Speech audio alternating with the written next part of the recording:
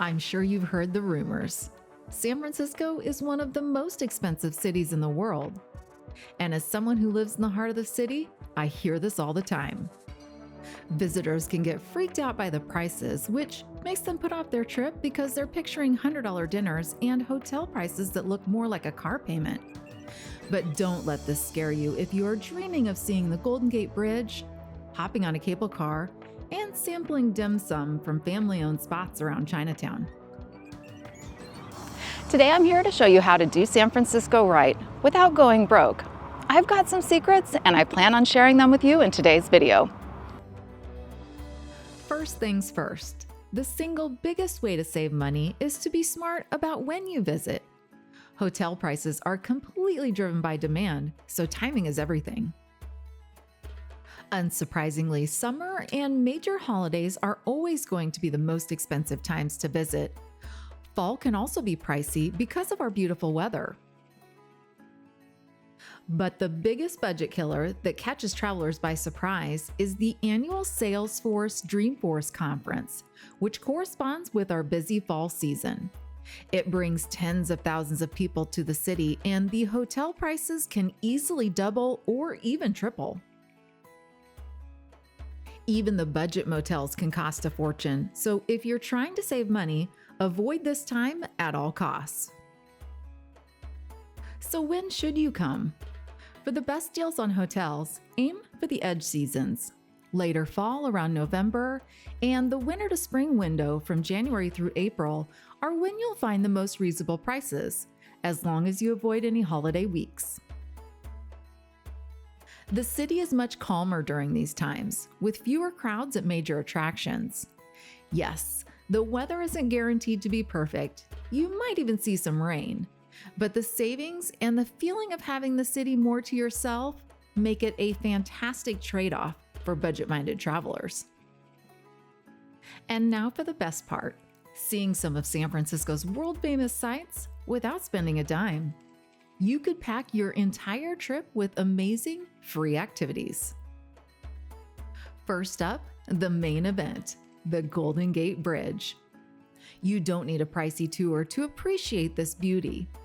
Walking across the bridge is totally free and serves up unbelievable views of the city and Alcatraz. For that classic postcard shot, we locals like to go to spots like Marshall's Beach, Battery Spencer, or even Fort Point. Make sure to check out my full video about the best places to view and photograph the bridge. And of course, all of those recommendations in my video are free as well. Make sure to get yourself to Golden Gate Park too. This place is huge. It's actually bigger than Central Park in New York, and you could easily lose hours exploring it for free. You can stroll around Blue Heron Lake or walk through one of Golden Gate Park's beautiful gardens. You can also visit its gorgeous Japanese tea garden, which usually costs quite a bit of money. But my tip is to arrive on Monday, Wednesday, or Friday mornings between 9 a.m. and 10 a.m., which is when you can get in free. You must stop by Fisherman's Wharf and Pier 39. A lot of the stuff here is touristy and costs money, but the best show in town is 100% free. The massive colony of sea lions barking, sleeping, and flopping all over the docks. You can also just wander along the pier and take in the chaotic energy. Another option I like to recommend in Fisherman's Wharf is over at Pier 45 at the Musée Mécanique. This penny arcade is home to more than 300 games and artifacts. You can watch others play, or for just a quarter or two, you can play yourself. From there, you can tackle the famous Lombard Street, one of the crookedest streets in the world. Walking down the stairs near its tight, flower-filled curves is a classic San Francisco experience, and it's also totally free. For another iconic photo op, make sure to head over the Painted Ladies. This famous row of colorful Victorian houses you've seen in all the pictures, TV, and in the movies. Lastly, give yourself plenty of time to get lost in the city's neighborhoods. Wander through the buzzing streets of Chinatown, the largest outside of Asia, and explore North Beach, SF's own Little Italy. And you absolutely cannot miss the Mission District, which is basically an open-air art gallery. You can explore on your own, or I also recommend taking a Mission Murals walking tour. This is where a seasoned guide will take you to the most vibrant and powerful murals in this district. I dropped a link in the description below for the one tour in this district that is still budget-friendly.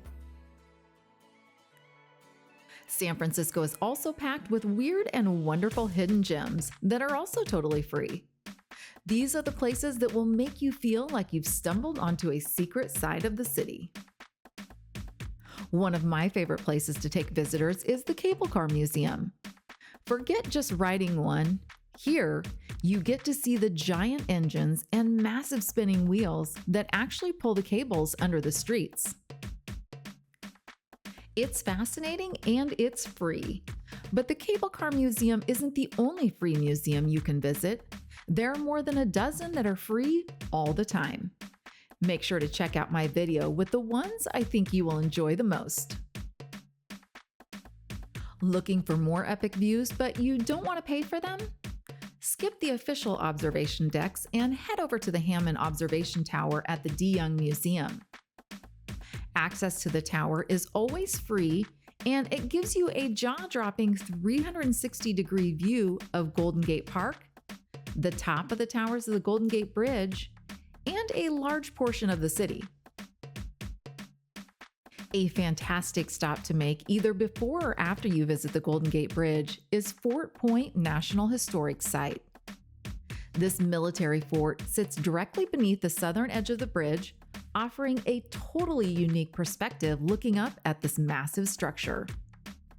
It's free to enter, and you can explore the historic architecture and get some incredible photos. And if you're up for some urban exploration, you have to hunt down the city's colorful staircases. Tucked away in quiet neighborhoods, these beautiful mosaic steps offer amazing photo ops and unique views. It's like a citywide treasure hunt. I even have a whole video covering the best staircases around San Francisco if you want to check them out. Hiking Land's End is another amazing way to explore the city without spending any money. This free hiking trail sits along a cliff with jaw-dropping views of the SF Bay, the Pacific Ocean, and most importantly, the Golden Gate Bridge. Another fantastic free option is exploring the Presidio.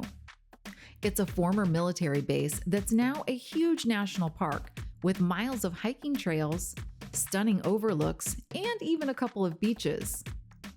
This is where you can find Lover's Lane, one of the oldest foot trails in the park, for a quiet walk under a beautiful canopy of trees. So we've covered a lot of great stuff already with more great budget-friendly tips to come, but I wanted to do a quick check-in and see how you're thinking about this video. If you like it, make sure to subscribe to my channel for more great San Francisco travel tips every single week. Okay, let's talk food. San Francisco is a culinary powerhouse, but you don't need to drop a fortune to eat like a king.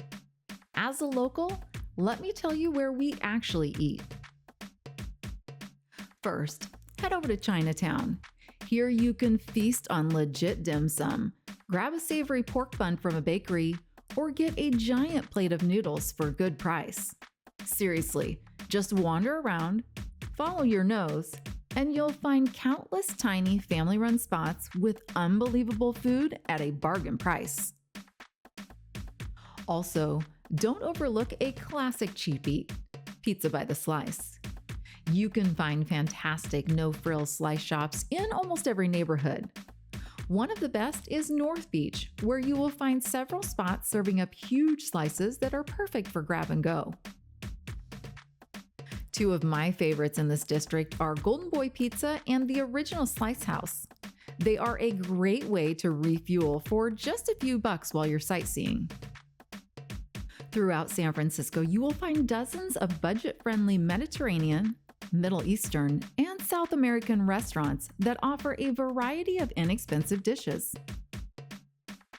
While you're near Fisherman's Wharf, there are a few more budget-friendly spots if you know where to look. You can find California's famous In-N-Out Burger there, which is a reliable choice for quality burgers at a great price. And a huge new option just opened in October of 2025, Nation's Giant Hamburgers. This classic Bay Area chain is known for burgers, pies, and all-day breakfast. And here's a pro tip for saving money at sit-down restaurants all over the city. Don't overlook the appetizer menu. Often, you can find a good-sized, delicious dish for a better price than a full entree, giving you a taste of a great restaurant without the hefty bill. If you're a museum person, you do have a second option to visit some of our great museums for free. You just have to plan it out right. Many of the city's best museums have free museum days. For example, the De Young Museum and the Legion of Honor are free for everyone on the first Tuesday of every month and on Saturdays for all Bay Area residents. Plant lovers can visit the Conservatory of Flowers for free on the first Tuesday of the month. The San Francisco Botanical Garden is free every day when you enter between 7:30 a.m. and 9 a.m. on the second Tuesday of the month, and on Thanksgiving, Christmas, and New Year's Day. The Asian Art Museum is another top San Francisco museum, and it's free on the first Sunday of the month. It's a wonderful chance to check out artwork and artifacts from China, Japan, and other countries around Asia. Visiting these and other top museums when they are free is a total game changer, but keeping track of them all is a headache, which is why I created a complete calendar of all of the free museum days by month. I've linked it for you in the description below, so make sure to check it out to confirm the free days before you visit. All right, let's talk about the single biggest money trap for visitors: transportation. My number one tip is simple. As a local, I'm telling you, do not rent a car. Between the insane rental fees, parking that can run you at least $50 a day, and the sheer terror of navigating those hills, a car will destroy your budget and your will to live pretty quickly. San Francisco is a super compact city at only 7 miles by 7 miles, and it has an amazing public transit system. The trick is to get around like we do, and that means embracing Muni. It's the city's web of buses, trains, and historic streetcars that can get you just about anywhere. Your new best friend is the Clipper card. It's a reloadable transit card that works all over the Bay Area, including BART, which is what you'll use to get from the airport to the city. You can grab a physical card at a ticket kiosk, or even better, add a digital one to your phone's wallet for free. Another great move is the Muni mobile app, where you can buy passes right on your phone. A single Muni ride using the app or the Clipper card is cheaper than the cash fare and includes free transfers for 2 hours. And what about those iconic cable cars? A single ride is pricey, and transfers are not included. So here's the pro move. If you plan on riding a cable car more than once or using a ton of transit in one day, get a visitor passport. They have 1, 3, and 7-day passes for unlimited rides on Muni buses, trains, streetcars, and the cable cars. The pass is a total no-brainer if you do the math. You can load these passes right onto your Clipper card or buy them in the Muni mobile app. Now, here's a little known tip that's a game changer if you are not planning on riding the cable cars. Check out the one-day Muni Pass that gives you unlimited rides on all Muni buses, historic streetcars, and Muni Metro trains for just over $5. This is an incredible deal if you plan on taking more than 2 Muni rides in a single day. The catch, and the reason many people miss it, is that this pass is only available through the Muni mobile app. You can also use a combination of passes. If you want to ride the cable cars one day, buy the more expensive one-day visitor passport and ride them as much as possible on that day. For your other days, buy the less expensive passport that doesn't include the cable cars. This will save you quite a bit of money overall. And finally, never underestimate the power of your own 2 feet. San Francisco is a walker's paradise. Yes, there are hills, but those hills come with some amazing views.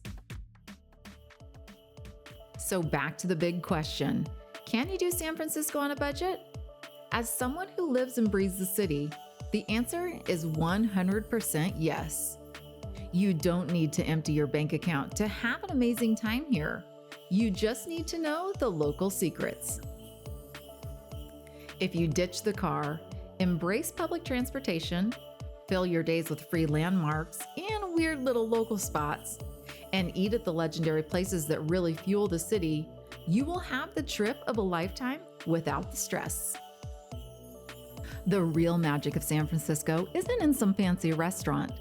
It's in the view of the bridge from a windy beach, the taste of a perfect steam bun in Chinatown, and the sound of a cable car cutting through the fog. I hope this video will help you make the most of San Francisco, even if you're on the budget. Have your own thoughts? Make sure to write them in the comments below. Like this video and subscribe to my channel for more great San Francisco travel tips every single week.